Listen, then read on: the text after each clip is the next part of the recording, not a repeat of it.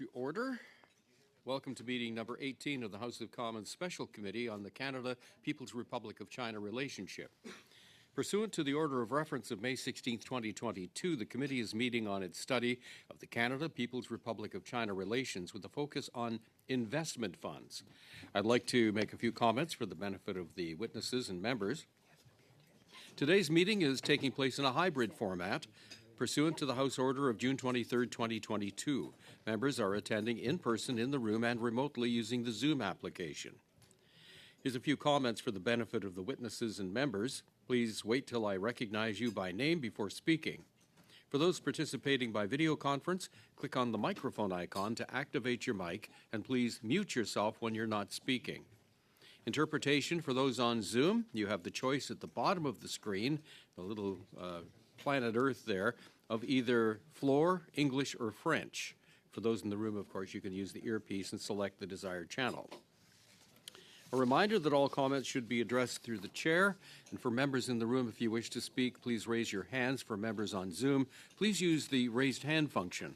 The clerk and I will manage the speaking order as best we can, and we appreciate your patience and understanding in this regard.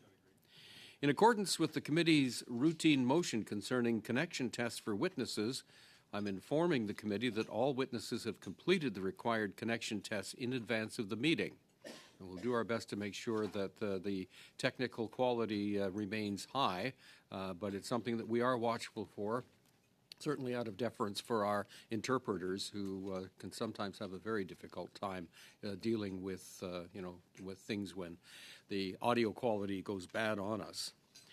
Now, we have some visitors. MP John McKay is substituting for MP Serge Cormier, and MP Emmanuel Dubourg, I see, is a participant on the screen, so he's appearing as Emmanuel Dubourg. MP Sonia Sidhu will be substituting for MP Serge Cormier a little bit later. We are expecting MP Ed Fast a little bit later in place of Mr. Seaback, and I'd like to welcome Mr. Dowdall to the committee tonight. So it's good to have you all here. So now it is time to begin hearing from our witnesses. Dr. Mathieu Harris, full professor at the Université de Sherbrooke. Yes, I'm sorry. Chair. Is there not an issue with the fact that participants over Zoom actually should be visible? Should they not? Mr. Dubourg is here, but we can't see him. Is that not under our rules? Is not provided under our rules? In my earpiece here to pick that up. Once again, I'm sorry, Mr. Trudel. Okay. I was wondering, if I'm not mistaken, any committee participants should be there, visible over Zoom. I see Mr. Dubourg being a part of the committee, but we can't see him. Is that an issue? Am I mistaken? Well, I think that it would be all proper for Mr. Dubourg to turn his camera on, so we know that it's really him. Mr. Dubourg, if you're listening in, if you can at least click your camera on so that we can see you, that would be good.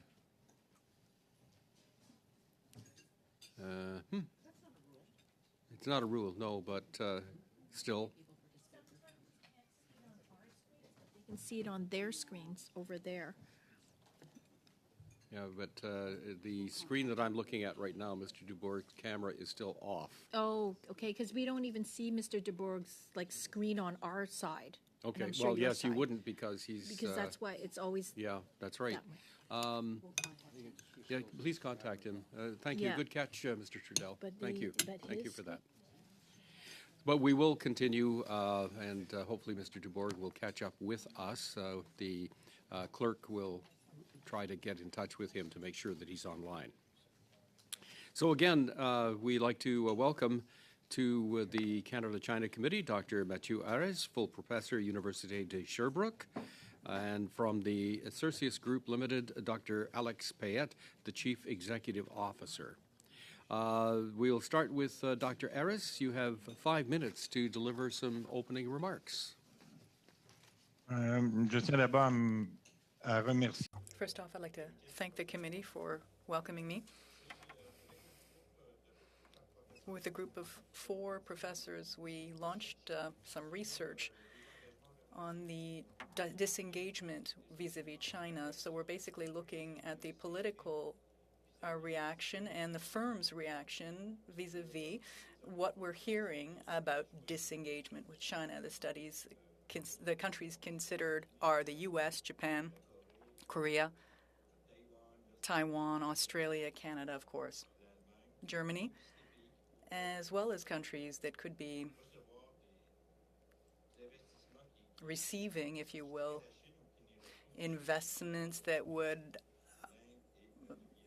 relate to China, Mexico, India, and Vietnam. Why did we decide to study this matter? Since President Obama launched the process, there was a thought process underway. Mr. Trump preferred to be directly confrontational, launching a trade war, which of course worsened the relationship between these two giants, and President Biden relaunched a number of initiatives, including the Quad and the Indo-Pacific strategy that, of course, Canada itself has decided to take up, decided to reissue sort of this policy when it comes to Asia-Pacific. Even more important is the fact that China produces 27% of the global manufacturing. U.S. is at 17%. Japan is a single figure number. Of course, China is a powerhouse, but of course, also China is a hub, taking parts from throughout Asia and doing the sort of final assembly in its country, sending it out to global markets. So in our field, we call this complex interdependence. On the one hand, you have trade and economic relations that are very intense, beneficial for all parties, and on the other hand, you have political tensions that are not insignificant with all of these countries that we were referring to. First off, at this point, only the U.S. and Japan have clear support policies for their firms to withdraw from China. Other countries are sort of have a bit of a wait-and-see approach and are hoping on diplomatic effects to manage their relationship with China. Canada has been naive when it comes to China. But who cast the first stone? Most Western countries were somewhat naive.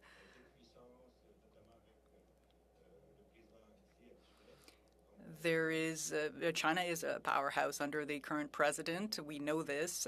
China is using aggressive diplomacy, demonstrations of force, neo-mercantilism that they spread throughout. Canada has to stop being naive, has to maintain its vigilance, according to us, especially when it comes to technical cooperation, especially in the area of academia and in the industry. Canada would benefit from continuing to being a member of PTP Plus, an initiative that would include Canada's involvement with a number of other countries in the region. We should not be afraid to affirm our values when it comes to China. Chinese power right now only understands power dynamics. And if you show any sign of weakness, they'll just take advantage of that, and it will go against our interests and our values. I can go much further than this if there are any questions, but I think this is about 5 minutes. Thank you very much. Appreciate that, Dr. Harris. Now we'll turn to Dr. Payette. You have 5 minutes, sir, or less. Oui, merci. Alors, je vais me permettre de... Something happened to the sound, unfortunately. The sound does not seem normal for the interpreter at this point. Concernant la thématique de la rencontre, soit l'exposition des fonds de pension ou des fonds d'investissement canadiens aux violations. Unfortunately, the interpreter cannot work with this sound. Me, Mr. Payette, or Dr. Payette, Oui. Where is your microphone? Devant moi. The microphone on your headset. Yeah. Is it up? He's saying it's in front of. The other one, I have the other one. Yeah, we did a test. Yeah, we did. Yeah, And that's what it was on the approved list. Okay. So is the microphone sort of down at your chest? It's right in front of me with a foot kind of thing. Okay. Yeah. Maybe move a little bit closer to it because Sure. it's a little muffled, and again, our interpreters. How about that? That might be a lot better. Okay. Perfect. I'll tell you what. I'm going to stop this and give you another head start here. Go ahead. You've got your 5 minutes. Thank you. Donc, comme je disais, pour The interpreter will do her best.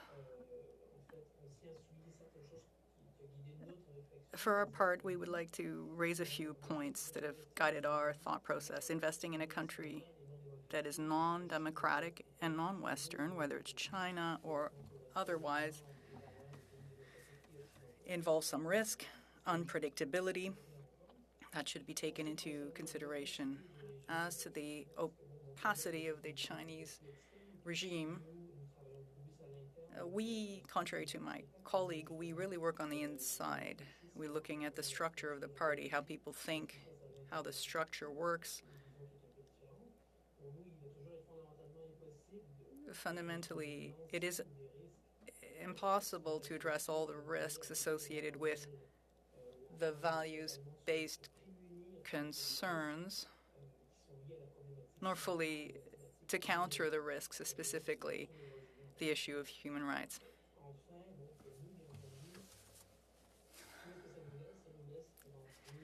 Unfortunately, the interpreter is having a really hard time hearing this sound. It's very difficult. d'investir, ce qui nous prémunit contre l'ensemble du Point of risque. order. Yes, Mr. Fragasatis. I just raise a point of order because the interpreter Yes. is unable to translate. Dr. Payette, we're having a very, very difficult time hearing you properly. Can you hold up the microphone? Just let us have a look at it. Si vous voulez. C'est Oh, okay. Oh, good Lord. vraiment, oui, non, c'est. Oh, okay. It was fine during the test. Yeah. See if you can move it a little bit. But the sound is very muffled, and although it worked fine during the test, as microphone technique is really critical with those ones. So, keep yourself as close to that as possible, and maybe slow down just a smidgen, okay? Just a little bit. Sure. So that Sure. the interpreters can keep up with you, okay? Is the current position better? Yes, I think so. We'll try.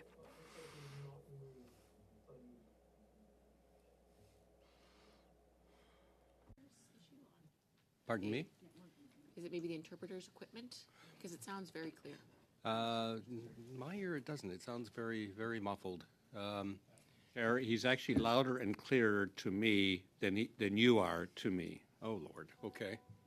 I can hear every word very crisply and clearly, but when you speak, it's actually quite muffled. So I'm just wondering where the problem really is. Well, Dr. Payette, we'll let you continue, but speak slowly. I'll give you extra time if you need that, and Sure. work that microphone as close as you can. And I'm not moving. excellent, sir. Go ahead. Continue. Okay. As I was saying earlier, the first strategy would potentially be avoidance. Some might say, oh, it's impossible to invest in China. So that's one way to solve the problem. The other option is to create much more binding strategies to moderate or mitigate the risk. In the first case, considering that it is not possible to completely eliminate risk, some might argue that investments in China should be avoided. The first scenario is only marginally realistic. Not interacting with the world's second largest economy is not a long-term solution for Canada. In the second scenario, especially with respect to public funds, Before investing in the People's Republic of China,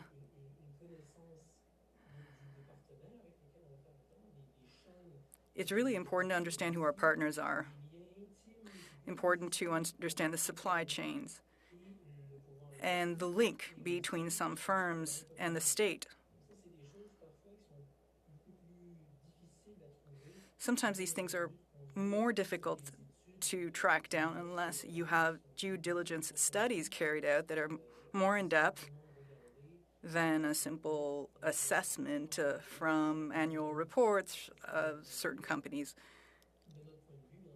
So as far as we're concerned, it's important to mobilize much more specialized firms that are not affiliated with Chinese companies, institutions, in order to avoid these types of risk. And before any investment in China. Of course, we understand the federal government's concerns about human rights issues, point out that there are other types of risk associated with investment in China, and my colleague was referring to this related to intellectual property, the issue of technology transfer, knowledge transfer, but there's another aspect as well that is under the radar. We sometimes ignore it. It's the civil-military integration within the parties' programs. So this is not only a risk for human rights within that chain, but also there are other risks technically. We have to take into account the first aspect, that of human rights, but also the proximity of Chinese public and non-public companies.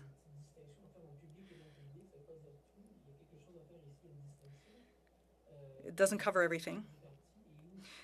So their proximity to the party's leadership and, of course, the links that some companies have with the Chinese military-industrial sector.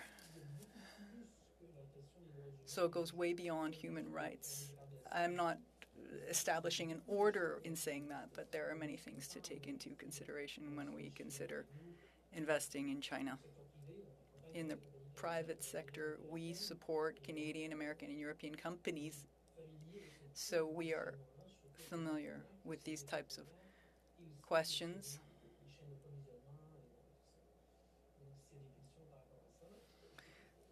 If there are any questions, I'll wait for the questions. Thank you. Thank you very much, Dr. Payette. We will now go to our first round of questions, and for 6 minutes, Mr. Chong. Thank you, Mr. Chair.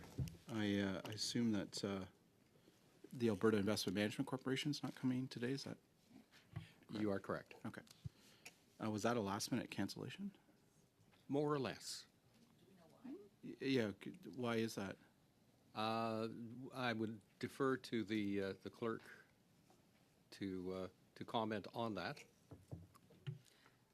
Basically, as soon as we published the notice of meeting, we received a call from them telling me that they weren't available to appear today. So that's... And when did they confirm their appearance? When did they confirm their appearance? It was at the beginning of last week, I believe. And then they called me to say that it was a scheduling issue, that they couldn't make it. I'd like the chair to voice our displeasure with that, because I've been here for 19 years, and in the last 2-3 years, the number of committee witnesses that have canceled their appearances just ahead of meetings is ridiculous. You know, we're 12 of us here. We show up prepared to ask questions, and then they don't show up. And it's not the first time this has happened. So. Yes, and the chair will have multiple parties receiving his displeasure. Yeah, thank you. All right, we'll allow you to start from the top. Thanks, Mr. Chair. So I want to ask if any of the witnesses are familiar with the bans on U.S. investors investing in PRC companies that were implemented by the Trump and Biden administrations.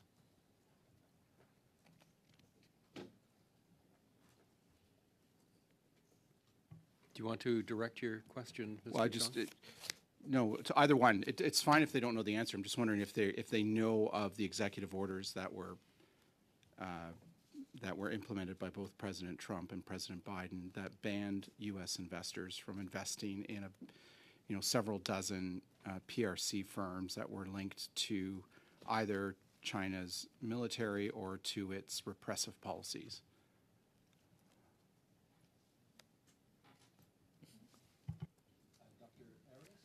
Dr. Ayres, go ahead. Moi, je suis pas un expert. Well, I'm not an expert, but in a general sense, of course, Americans do this regularly in the area of security. They, how shall we say, have a more aggressive vision than Canada as to what is a sensitive issue when it comes to human rights. The problem with this kind of legislation is it's actually more rhetoric based. The feasibility is what's the problem. Canadian companies in China are actually Chinese so long as they are subject to national legislation. So companies are between a rock and a hard place. So yes, there might be sanctions from America or from elsewhere, but on the other hand, they could be reprimanded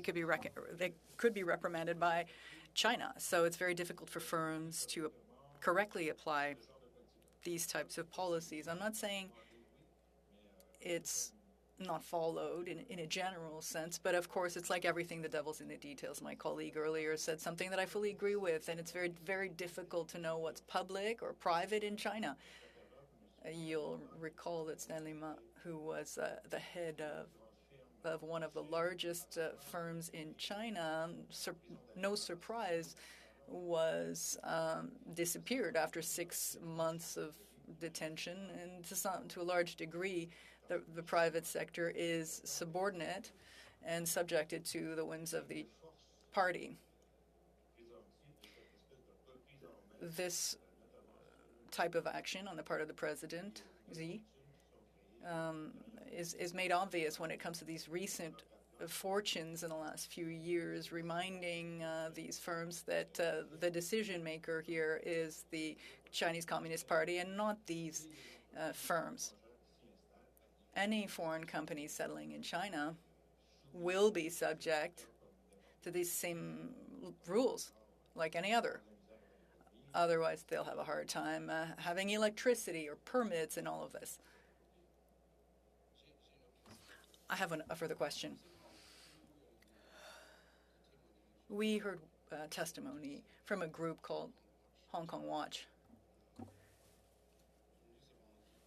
And we said that the Canada Pension Plan and the Caisse de dépôt du Québec and the BCI in BC, that they have investments in Chinese-based companies, companies that are in some way involved in the genocide in Xinjiang, as well as involved in other things that are an affront to human rights. How can the Canadian government, what tools, what instruments can the Canadian government use, or should the Canadian government use, to ban investments in companies that are committing human rights abuses? Should the government of Canada be putting in place those bans on Canadian investors, particularly Canadian pension funds, from making those investments in those PRC-based firms? And if so, how, what instruments could the government of Canada use to put that into effect?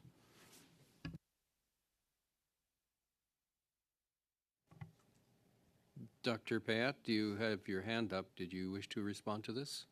Yes, I wish to respond to this. So maybe to make it quick on the previous question, most of the jurisdiction that was or the legal action taken against Chinese companies were mainly linked to military-linked companies.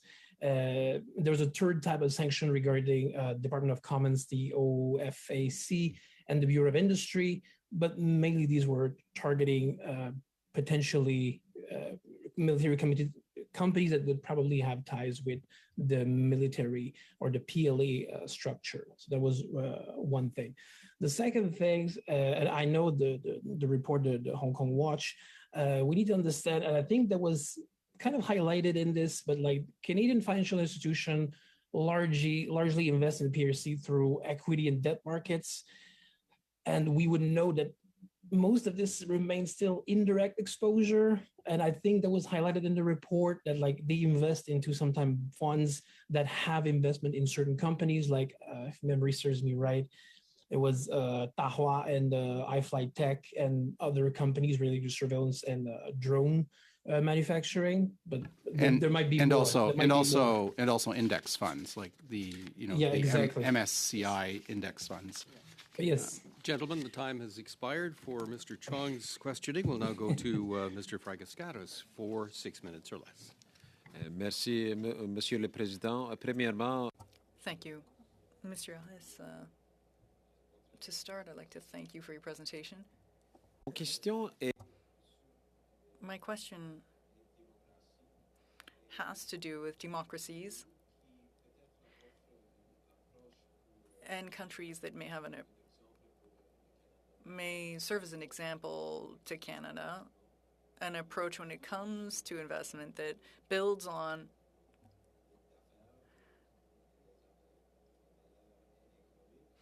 economics and business values that are fair. Mr. Chair, in December 2022, our committee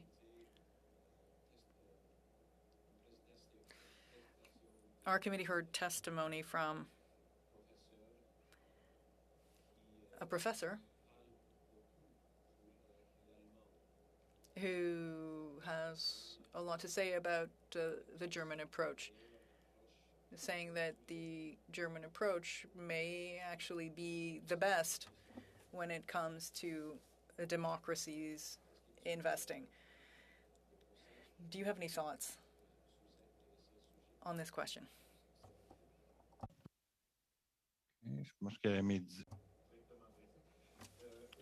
I think that question's for me. Yeah. Increasingly, specifically public pension funds, it's starting to become a habit in a way. They must have ethical practices. I think the Caisse de dépôt or the federal funds or those of other provinces or even the teachers' funds increasingly, even in the environmental sphere, they go there. Of course, you can still make money with an ethical approach in investment. The problem is always when it comes to the private sector. I think we shouldn't shy away from this. In Canada, there's a way of going through legal frameworks to support some practices or to take a stand against some values that we consider against or running counter to our democratic values. Of course, we also have to be cautious because of extraterritorial issues. But if you look at forced labor rules and all the rest, a lot of these things are managed under treaties that Canada and other countries are members of. I think we can count on these types of treaties to say, okay, no, be careful. There can't be anything that involves forced labor on the part of the Uyghurs. Perhaps you could even potentially block some goods that might be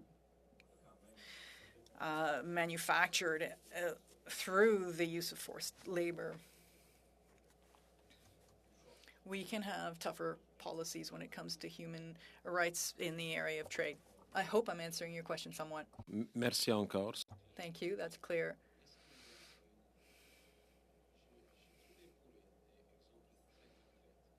For a very specific example, that's what I'm looking for. Is there any country that can serve as an example to Canada?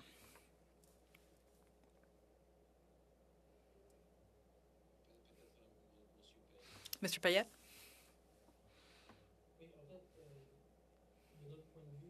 As far as we're concerned, I think we can focus on best practices. What we've noticed is that increasingly you'll have America have a list of countries that are sanctioned that can no longer act, and disclosure rules that are much more binding. And as far as we're concerned,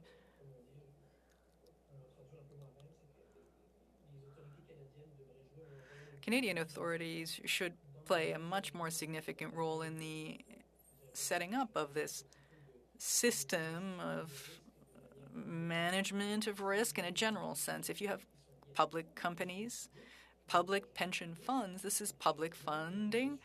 These are public funds, rather, and we want to make sure that if this investment is going to, these monies are going to end up in China, then we have to be able to force these companies to produce due diligence reports that are much more comprehensive, so you can oversee local operations, so you can see who the suppliers are, the clients, the customers. Canada can not veer into extraterritoriality, but should compel Canadian companies wishing to invest, compel them to do certain things. The U.S. goes even further. The U.S. wants lists. I don't think Canada should be afraid of having these types of lists. Canadian firms could be proactive as much as just as American companies were under Donald Trump. Here's a list of companies that we know have partners, or within the supply chain there are problems. These firms can no longer, or we can no longer invest here or there. This, of course, is binding. But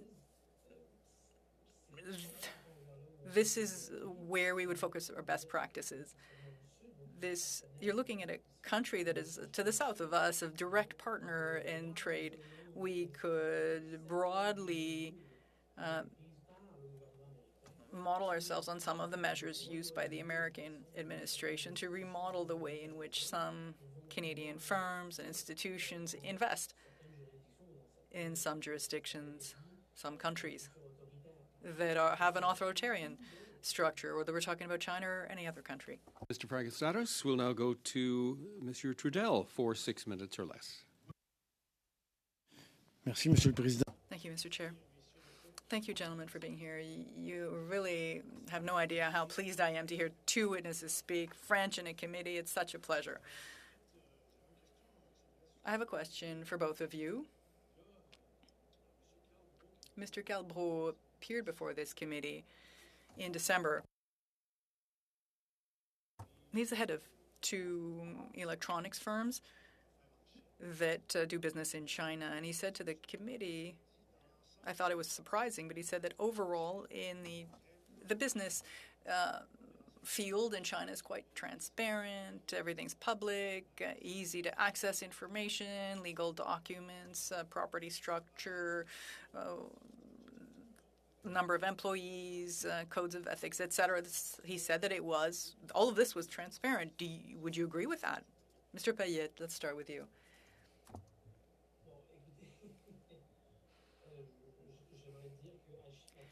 Look, I mean, you can always find what you're looking for, if you will, based on our experience. I don't think it would be fair to say that for everyone. That's one thing. If we were to look into things, we might not use the same tools nor the same points of reference.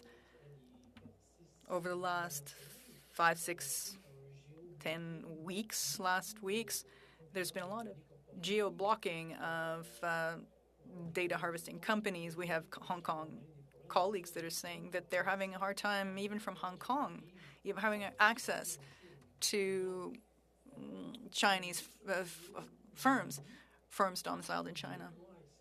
So yes, when you're there, you can have access to reports. There was some degree of transparency on documents, but the issue is knowing if the information is comprehensive, complete. It's not always easy to verify. And second, the information in these reports, is it still useful? I don't know how to put this, but for those who work in the field of ESG,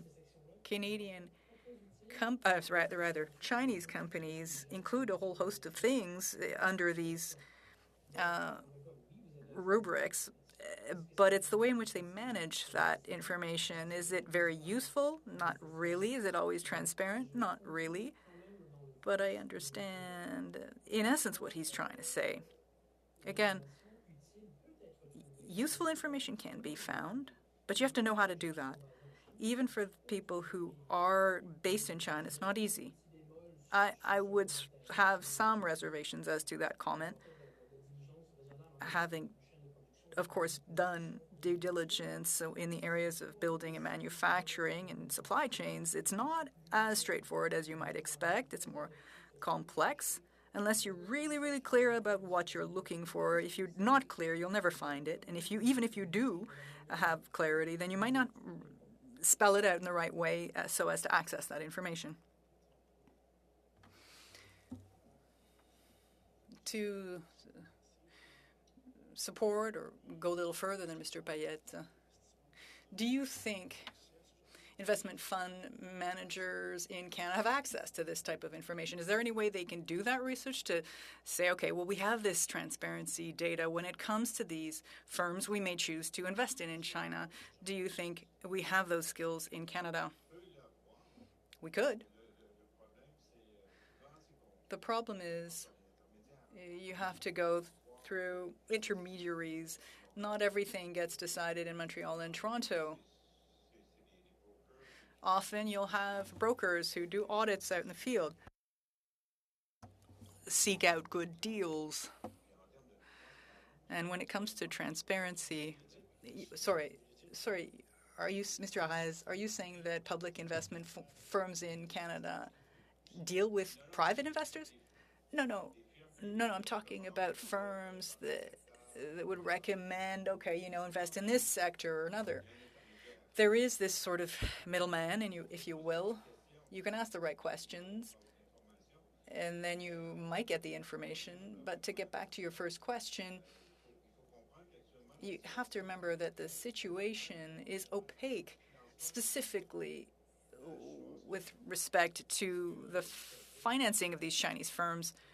As you know, banks are not independent. If one sector does poorly, then you could bail them out. I mean, the Chinese government could bail them out. You know the entire catastrophe in the real estate sector. You know about this. I think financial data is not available on that. And if you want social data, the type of data we're talking about tonight, I really think there's some degree of lack of clarity when it comes to these various firms in China. So basically you're saying it's a free-for-all. We're investing in something, but we don't actually know what we're investing in. We don't know if these companies respect human rights. We don't have data that is clear as to support the kind of investments we're talking about here. It could be better. Things could be better. Today I was trying to look at Canadian investments. It's inaudible. Aside from Statistics Canada data, how do we know how many companies are there? What are they doing? I mean, this is based on what Statistics Canada has. It's not that clear. So an institutional investor will not have clearer information except for perhaps some specific areas. Thank you, gentlemen. Mr. Trudel, Dr. Aris. We'll now go to Ms. McPherson for 6 minutes or less. Thank you very much, and thank you to both of the witnesses for being here. This is very interesting for me, and I have to tell you, I am not well versed in investment, so forgive me if I need you to be very, very clear with me. So what I heard from you, Mr. Aris, is that basically there is not enough information for Canadians that are trying to invest, for Canadian companies, for investment funds to gather, to know whether or not forced labor, slavery, all of these things are happening within their supply chains, which is of course a bit of a challenge. But it's more important than just knowing that those things are happening. I mean, that's one piece of it, isn't it? But having just that knowledge, it doesn't mean anything if there's nothing that compels investors to act upon that knowledge, and if there is no enforcement mechanisms that are in place. Right now in Canada, we have the core ombudsperson who has done 0 investigations into abuses that apparently Canadian companies have done abroad, despite being put in place in 2018. We have very little ability to do any sort of enforcement of any of these things at this point. I'm wondering, and perhaps I'll ask both of you, how do we solve this problem where Canadian companies neither can find out, can't find out, and is not actually asked to act on that knowledge even if they did have it? And we have no ability to enforce it, even if we had legislation that told them, you can see that we're a long ways from a solution here. Mr. Arias, could you provide your thoughts on that? Vous avez bien résumé. I think you've summarized the situation accurately. In the case of tax evasion, you have to have a group approach. Of course, there's the U.S., but if Canada decides to act alone, there are 2 risks involved in that. One, Canadian investment in China is not huge when it comes to volume. I mean, it's important to us. It's not that significant to China, and in a general sense, it might mean our companies may choose to continue business as usual elsewhere. So there is that risk of avoidance, if you will, rather, to leave Canada if most of the operations are outside of Canada. Like, for instance, in the mining sector, that's quite prevalent. We have a specific system in Canada where we have mining companies that basically have no operations in Canada, but for fiscal or tax reasons, they are domiciled here. We need a global approach with our partners to determine what best practices are. There was the Global Compact at one point, codes of honor, where companies would say, okay, we'll respect human rights. I mean, that's great. We're still, waiting to see the results of that.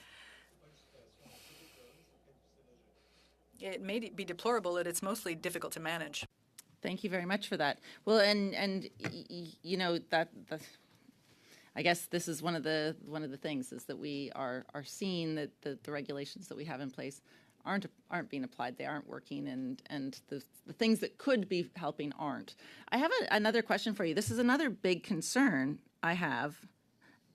So I just got back with many of the people in this committee from a trip to Taiwan.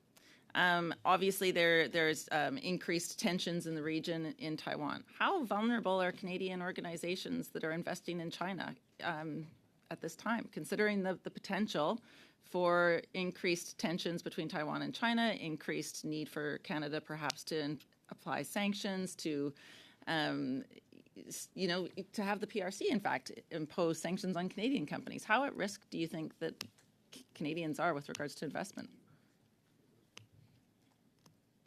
I'll start with maybe Mr. Payette. I'd start with you and then Mr. Ayres.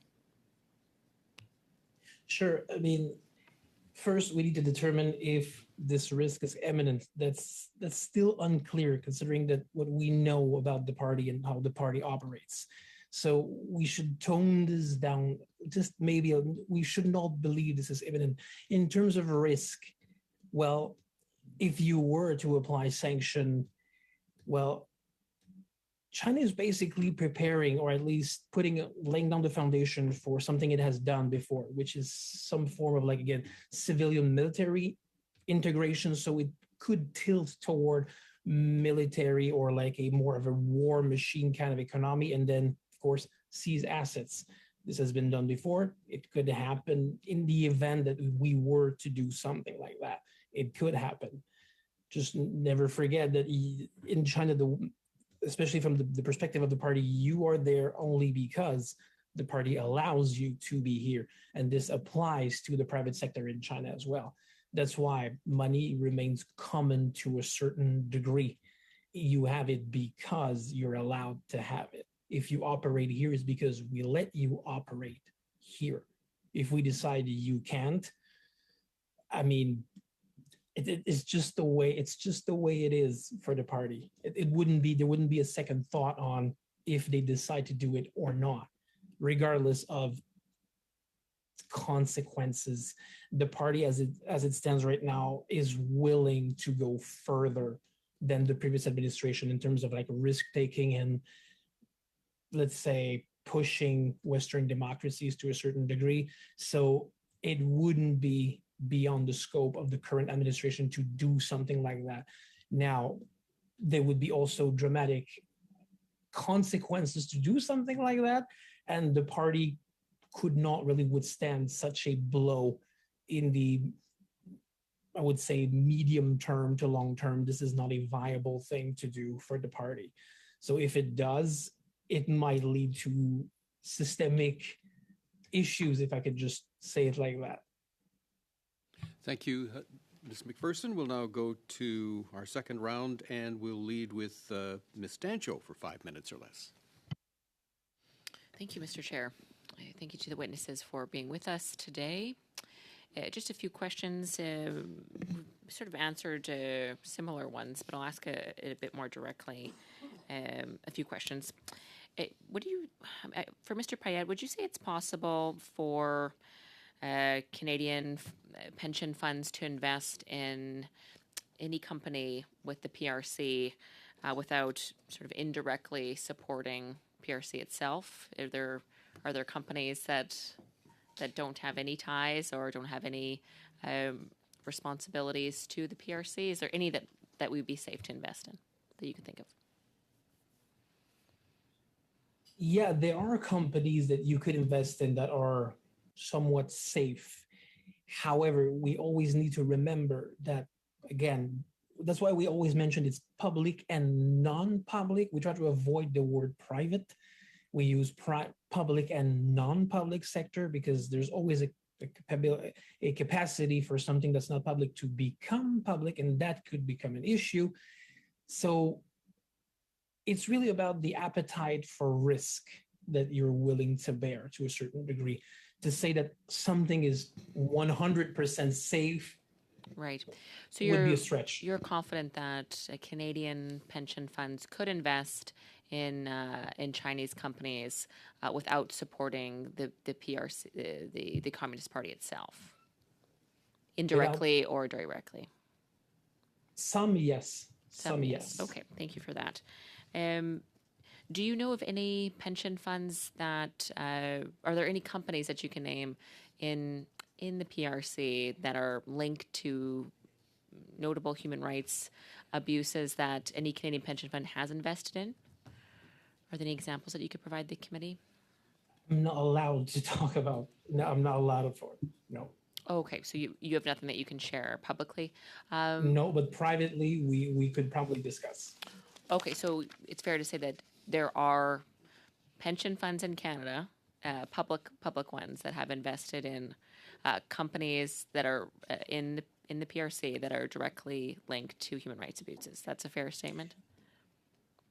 The fairer statement would be to say more indirectly, not directly. Pardon me. Okay, but indirectly. Okay, well that's still very significant. I just saw Dr. Ares, your hand went up. Did you have something to add to that question? No, you did not. Oh, go ahead. Not directly on that one, but the previous. As we were saying, pension funds will tend to make these direct investments more and more seldom. Sometimes you're talking about areas where perhaps it's not sensitive technology, but there remains that link. There can be a risk for Chinese companies or foreign companies. I mean, there's sort of this sword hanging over them, if you will.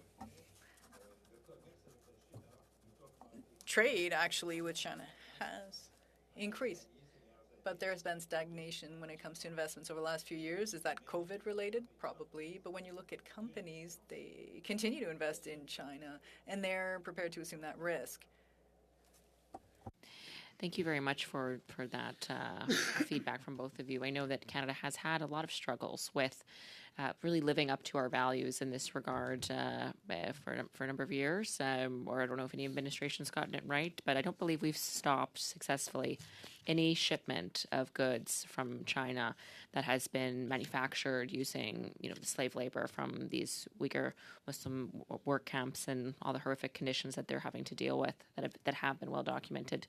But unless someone, either of you can correct me, I don't believe Canada's been successful in stopping even one ship from bringing goods made by the hands of those against their will. So I suppose my confidence level in the pension funds to ensure that they're not indirectly supporting any company that may be associated with this is not high. And certainly it's being underlined by the limited information by Mr. Payette that you can provide, which I do appreciate. Just with my remaining few seconds, if you have anything to add, Mr. Payette, just on this area, you're happy to provide you the last 15 seconds. Well, again, from our perspective, the onus should be on Canadian companies and to work with regulators to engage in real extensive due diligence to show that, if it hasn't been conducted, there should be some form of penalties for people that invest directly or indirectly in these index fund or FOF or anything that's traded or from Chinese issuers. There should be more work done, at least more cooperative work between the regulators and Chinese Canadian companies. Thank you very much to both of you. Thank you. Now we'll go to Mr. Oliphant for 5 minutes or less. Thank you, Mr. Chair, and I want to thank both the witnesses. I want to dig into a little bit on best approaches to handle an issue that I think around this table all agree. We have an issue that we have concerns that Canadian businesses, Canadian investment companies, Canadian pension funds are investing in vehicles that could be against values that Canadians would hold dear. So I think we agree around the table. What I'm trying to figure out is the best way of doing that.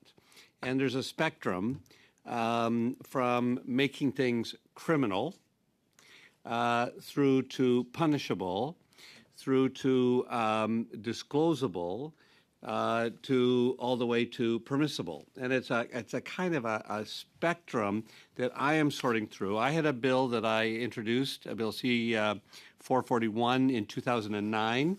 Private members' bills are the place where good ideas go to die. And this bill would require pension funds to disclose investments, divestments, business decisions that had environmental, social, and governance factors. The theory being that pension fund holders were put at risk if pension funds had investments in things that were bad. So environmental degradation, labor practices that were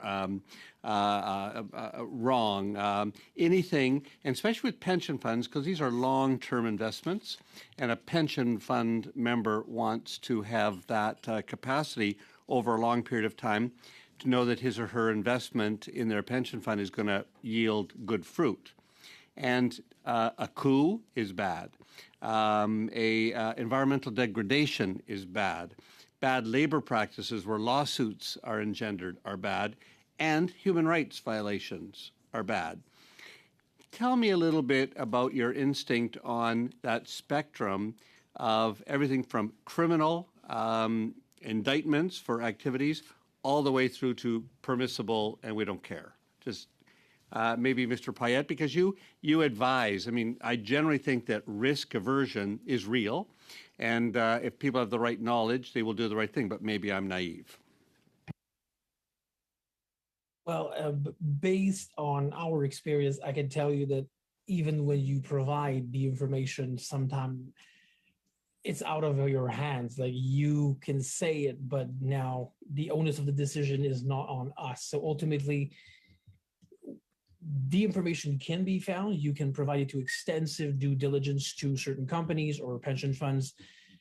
But again, you can't do anything. So from our perspective, again, I think the US system is a clear example of how things could be done, as in working with the regulator to potentially lead to even prosecution to a certain degree. I mean, again, like you go from one end to the other end of the spectrum, so there should be, of course, an in-between, but it should start with extensive due diligence. So what can be done and what should be delivered to people holding certain shares in a certain fund. They should be able to know.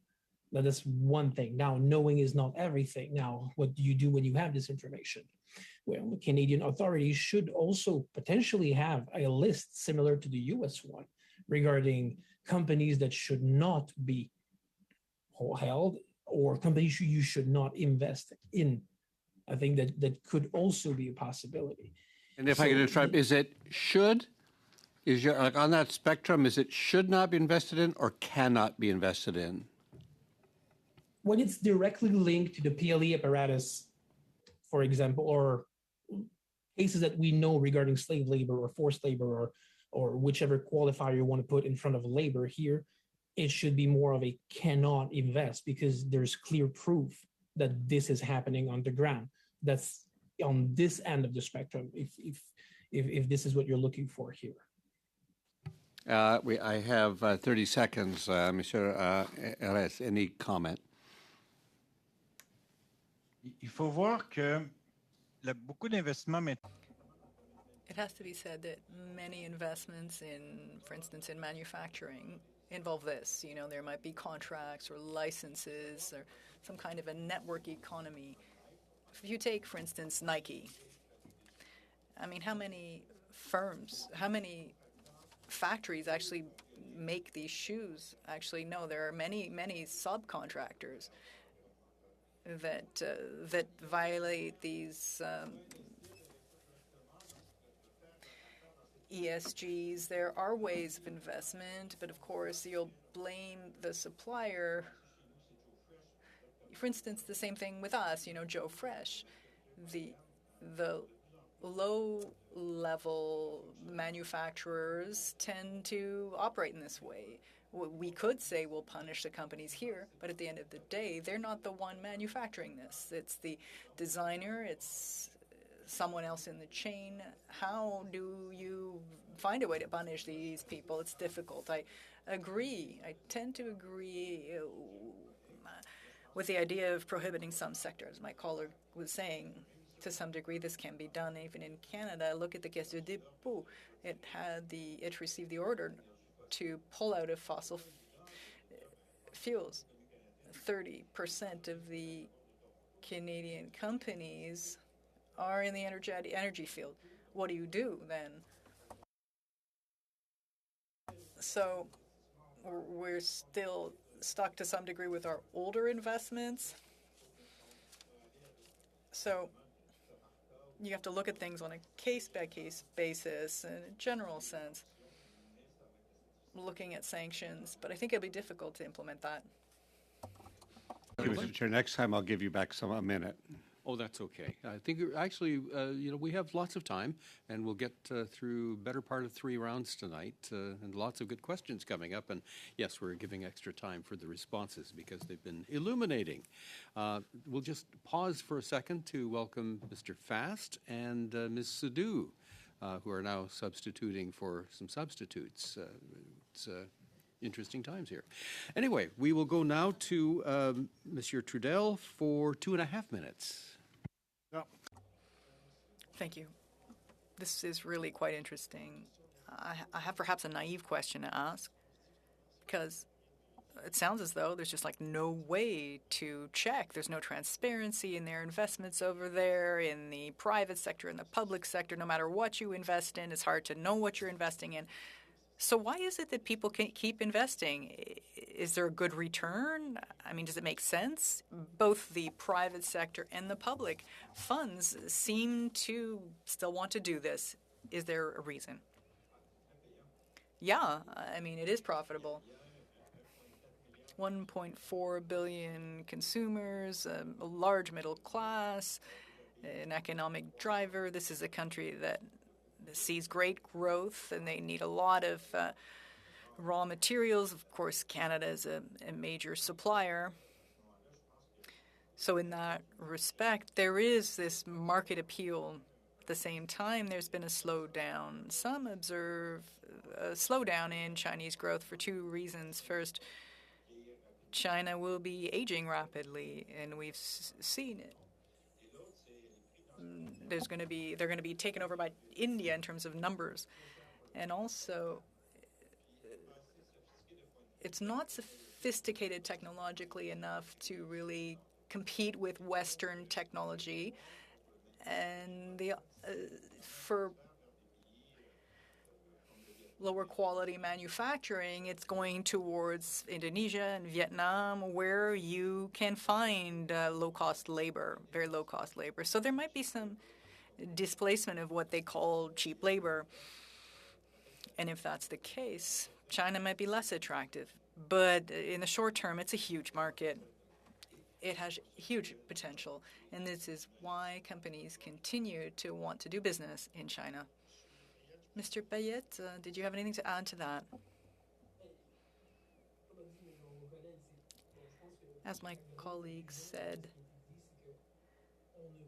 the major takeaway is that there's just no way to avoid doing business with the second largest economy in the world. Of course, there's a values-based aspect. The committee is interested in it. It makes perfect sense. But at the end of the day, you can't just decide not to engage. I think about the ESG issue today, even if ESG is an issue for some of these companies in China. The use of water, electricity, coal, in any of these areas, you just can't discuss the matter by setting aside China. It will be very difficult. If we want to have zero risk, then you just don't do business there. But at the end of the day, that should apply to all authoritarian regimes if you don't want any risk. When it comes to values, I mean, I'm saying that you can't go there. In terms of profitability, yes, there is a lot of profitability there. Even if it might be artificial, you have to be very careful. We shouldn't view China as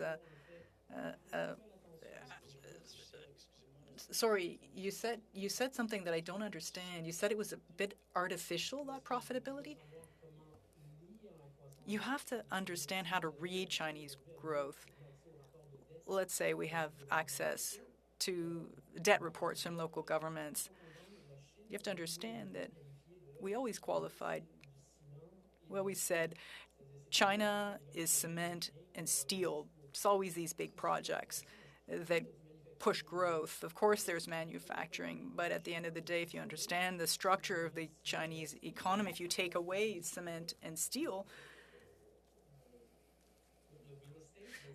my colleague was mentioning real estate, and absolutely, if you pull out some areas where there's a slowdown, everything slows down at the same time. And then there's reinvestments to build growth, and that creates an inflation or artificial process. Mr. Trudel, you took the extra minute that Mr. Oliphant was going to give me, but that's okay. It's all good.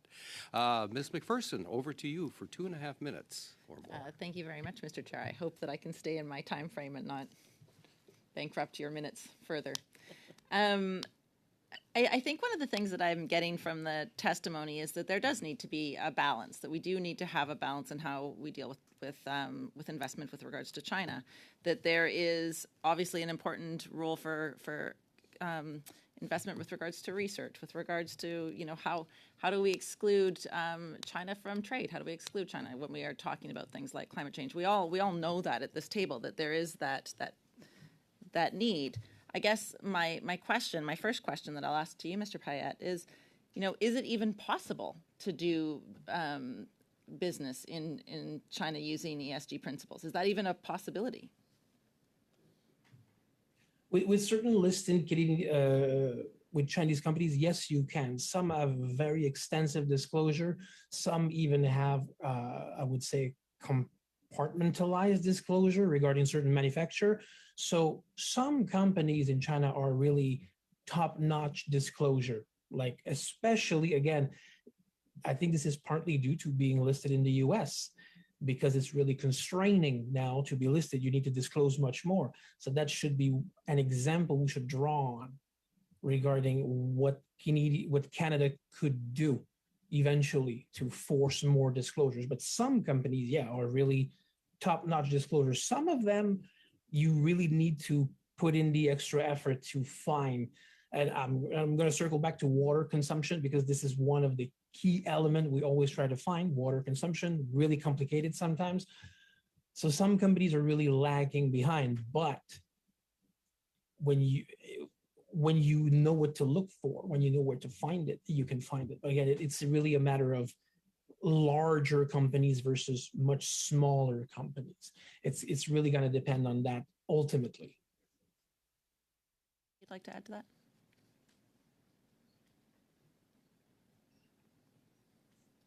Sorry, Mr. Aries, please go ahead.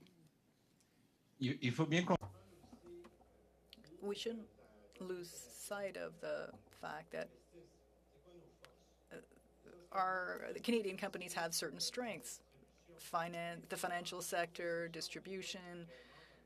We're really not in the manufacturing area. And that's where most of the abuses are happening when it comes to labor, environmental issues. If you're opening an insurance company, I mean, it doesn't really involve mistreatment of children or any other abuses. Our investments, our strengths are more in services and distribution. These areas are less subject to abuse, and in that respect, we're somewhat shielded from it compared to people in the manufacturing sector. I mean, I'm not saying it doesn't exist, but in a general sense, our investments are more have more to do with the work where we do a good business and we respect these rules. We'll now move to Mr. Chong for 5 minutes or less. Thank you, Mr. Chair. I'd like to follow up with Professor Payette. Can you tell us if, through you, Mr. Chair, can you tell us if the bans implemented by the Trump and Biden administration on U.S. investors investing in, some 60 PRC-based companies applies to both direct and indirect investments, such as through index funds and the like?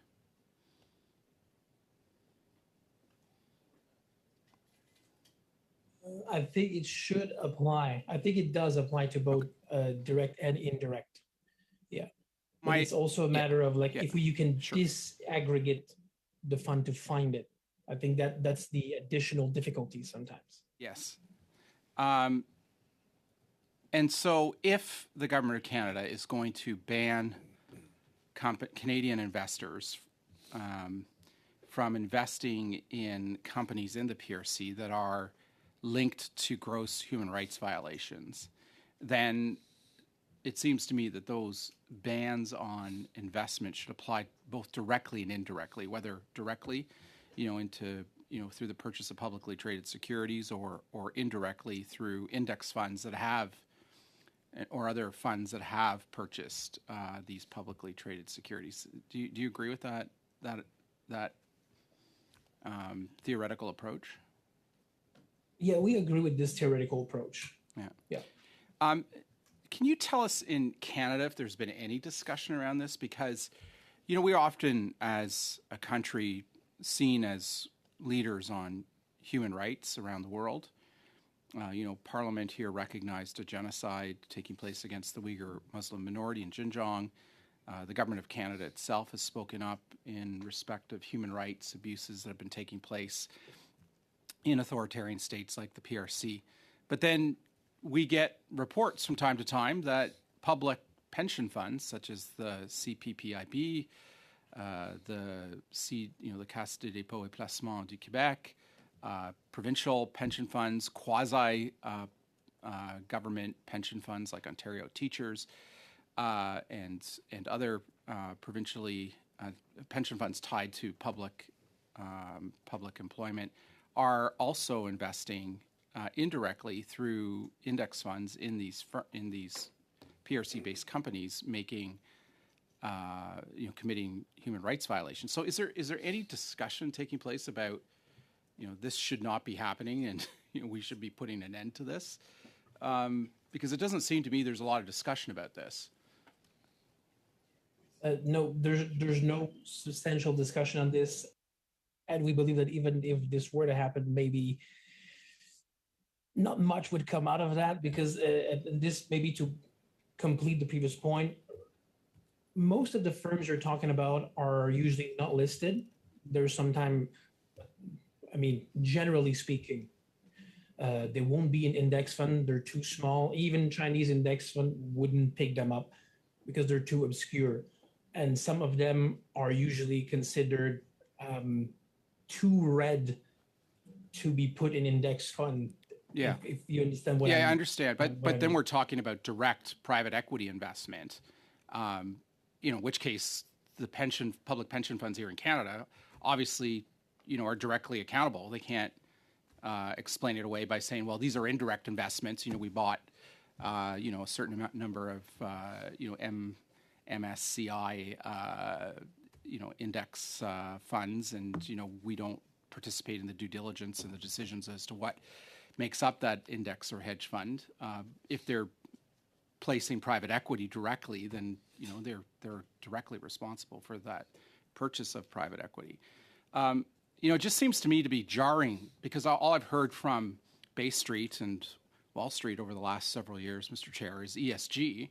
And then I read these reports that, Canadian and American investors have been snapping up private equity or publicly traded securities in firms that are associated with gross human rights violations. So to me, it just seems like a very discordant discussion that we're having on investment in North America as it relates to human rights and environmental and governance and social issues. Thank you, Mr. Chong. I'm sure that there'll be a recommendation coming out of that in due course. We'll now turn to Mr. McKay for 5 minutes or less. Well, to carry on the discordant conversation, Mr. Chair, you, Chair, and a few of us on this committee just returned from Taiwan. And may I first of all say that the work of this committee is very worthwhile, and we witnessed and were privileged to present your report to the president of Taiwan, and she literally was quite touched by the work of this committee. And I know sometimes you labor in obscurity on a Monday evening between 6:30 and 9:30 in the basement of an old musty building, but it was appreciated. Yeah, it was appreciated half a world away. One of the interesting comments she made was that Taiwan is drawing its investments down from mainland China. And she had facts and figures to back her up, and it's significant. Of course, Taiwan's relationship with China is far closer and far more significant than is ours. But it struck me that Taiwan had the guts to start to pull itself out of China, where Canada continues to dance around the maypole, wondering whether it should or it shouldn't, and wraps itself up in ESG concerns, et cetera, et cetera. So the first question I have of you, given the geopolitical concerns, is whether either one of you would put an investment into China or recommend to one of your entities, your investment entities, that you put a fresh investment into China, given the geopolitical tensions that are there.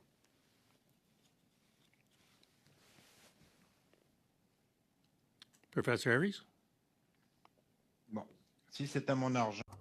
If it were my own money, I wouldn't go to China. Because you can find something equivalent. I mean, unless you want to sell to the Chinese, but if you want to produce certain goods, then I think there are many alternatives. Vietnam, India, there are many other countries in this region. And even, I mean, if you want to speak closer to us, then you have Mexico, where there is something equivalent. But the benefit is there's less of a risk of political interference. About Mexico in a second, but Professor Payette, what's your attitude towards investments in China? Would you risk it? It really depends on what you would ask me to invest in. Any investment pinpoint. whatsoever, anything. Yeah, sure. Yeah. You would, okay. And would you recommend to a pension fund that it invests in China?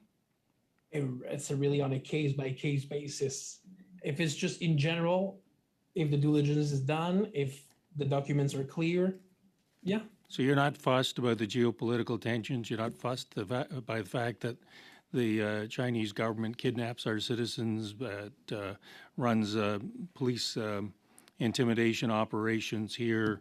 The rule of law is kind of an occasional application. You're not worried about any of that when you make your investment in China?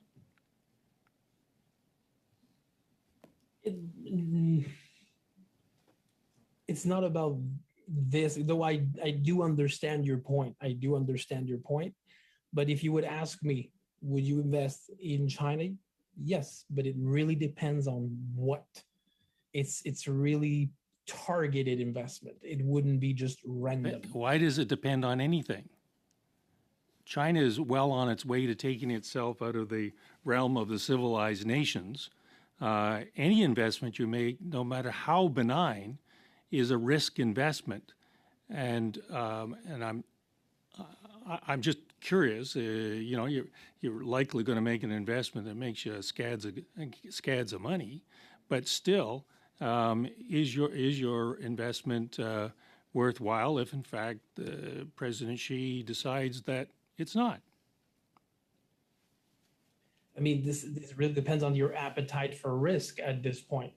And you need to understand that if you invest into a potentially that's something that could be socialized or taken away from you, this is part of, to a certain degree, the investment game. If you're willing to risk it, then if you lose, you lose. That's just part of it. Now, I just wonder whether we've appreciated fully the risk of expropriation, directly or indirectly. That once you work your way through all of the SG concerns and human rights concerns, that we as an investing country don't appreciate the substantial risk of expropriation on the whims of one person. It's more than one person. It's more complicated than that. It's a bit more complex than that. Well, we'd like to make it more complex than that. I agree with that. I just wonder whether it is, in fact, more complex than that. How am I doing on time? Am I done? Oh, you're done. Ah, yeah, okay. Okay, well, I thank you for the Good, excellent. We have a little over 5 minutes left. What I'm going to propose is that we give Mr. Trudel half of it and Ms. McPherson the other half, and that will wrap up this panel. Are you good with that? Monsieur Trudel? More like 3. 3? Wow, wow. What do you do with all that time, Mr. Trudel? Ah, ben moi, je sais pas qu'est-ce que je vais faire avec ça. D'accord. Okay. Mr. Payette. Mr. Payette, you've written a number of books. I mean, you've co-written a number. You said that in the case of failure, the Chinese party, the state could find itself in a regime crisis which had a direct effect on its resilience and on its very survival, which could have an effect on investments that may or may not occur coming from the Western countries or anywhere. To your knowledge, where do things stand with the Chinese Communist Party today? This is our day's work. This is a very sensitive issue. I mean, from your point of view, from what you're seeing in a general sense, Xi Jinping, you see certain things in terms of division of power, but you have to look at how things evolve within the party. There is a team that is not that solid. You got new education campaigns within China that are saying that things are not going as well as one would expect. The new agricultural management board that was reinstated, that's not great in terms of grain control. There's a lot to be said about that. I won't belabor that point, but there's a host of signals that the party is sending out, the way in which it communicates. Some people think it's complicated, but sometimes the party is very clear in the way that it's saying things, and sometimes the way in which you read it is what matters. Xi Jinping's position is not as clear or solid as one would expect. There's been much shuffling within the party. People that are in charge of the economy might not be the best people, the people that should be there. You know, they're talking about reforms, but what reforms are they talking about? That's a whole issue unto itself. There are a number of ways to approach the issue. Could there be an economic crisis? So what you're saying is that there's instability in China right now, and that it's not a great idea to invest, right? Again, it depends. It depends on your appetite for risk. If you're an investor, you understand risk. If you're a pension fund that has responsibility to its pensionees, things get more complex, especially if you're playing the long game. It's more complex. Mr. Hayes, did you have anything to add? That's to my question. The stability of the regime.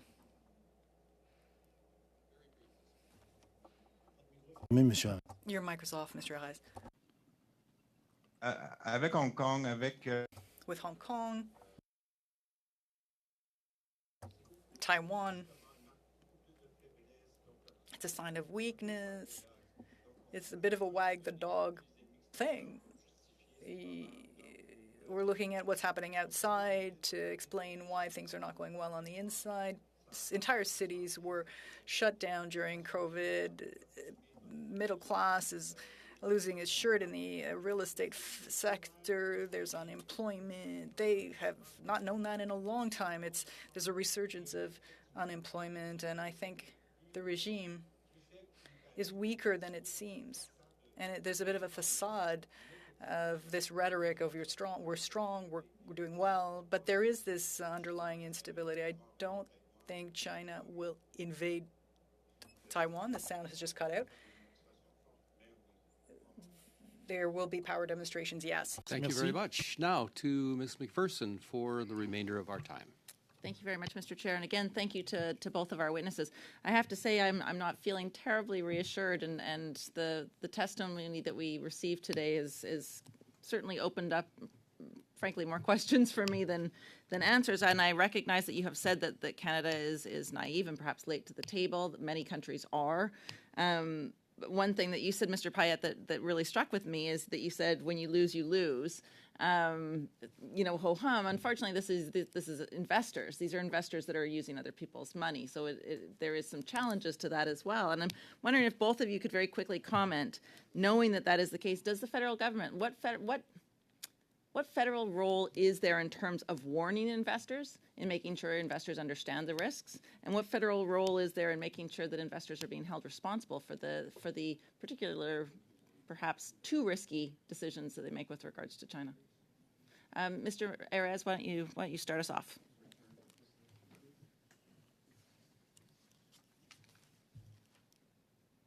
Or not? I think we have lost yes, I think we've just Mr. Payette, it's all you. Right. Oh, there he is again. All right. Mr. Erez, do you want to take the question, sir? Or Dr. Erez? Dr. Erez, did you hear Non, parce que j'ai... I actually didn't hear it. I heard every second word, unfortunately. Faudrait répéter. Could you repeat? Frankly, I'm not sure I could. I If I may, why don't I'll let Mr. Payette answer, and that then we can provide some clarity from that answer, I think. Okay. Bon, Sorry. je vais répondre en français ici, mais I'll answer in French here. The capacity to fight risk in these areas is quite complex. Investment funds go through third parties at times to invest. So how, at the end of the day, to know what you're investing in? That's one of the ultimate questions the committee is asking. How can we know if ultimately a fund invested in another fund that then invested in a third party? There's always the issue of subsidiaries. It becomes complex. How eventually do you find out? That's very complicated. If it's direct, it's easy to find out, much easier. Again, Canada has something to learn from the Trump experience, not in terms of the man himself, but in terms of what he did, what he imposed, this list, having this on paper. Okay, in this sector, you have to be careful with this. Those companies, they're out. If there are any subsidiaries of those companies, they're out. Far more has been implemented, but is it entirely complete? No, but it's a good start. It's a good way to identify what we don't want. You'd have to start with that fundamental work, determining what you don't want, and then quickly get back to the issue of due diligence. Many companies invest. And we speak from experience. They come and see us after something has occurred. They ask for information. Sure, but at the end of the day, it's too late. You've already done something. Now is not the right time to be asking these questions. You have to ask those questions ahead of time. And I can't just even count the number of times this has happened. No, you have to do this ahead of time. Not when you're caught with your hand in the cookie jar of having invested in this or that thing. You could have known, but you needed to ask. All right, with that, I think we'll bring the panel to a close. We appreciate the time, Dr. Payette and Dr. Ayres, that you've given us this evening, and appreciate very much your testimony. You're now released to get on with the rest of your evening, while we will take a quick break and go in camera. So we'll suspend.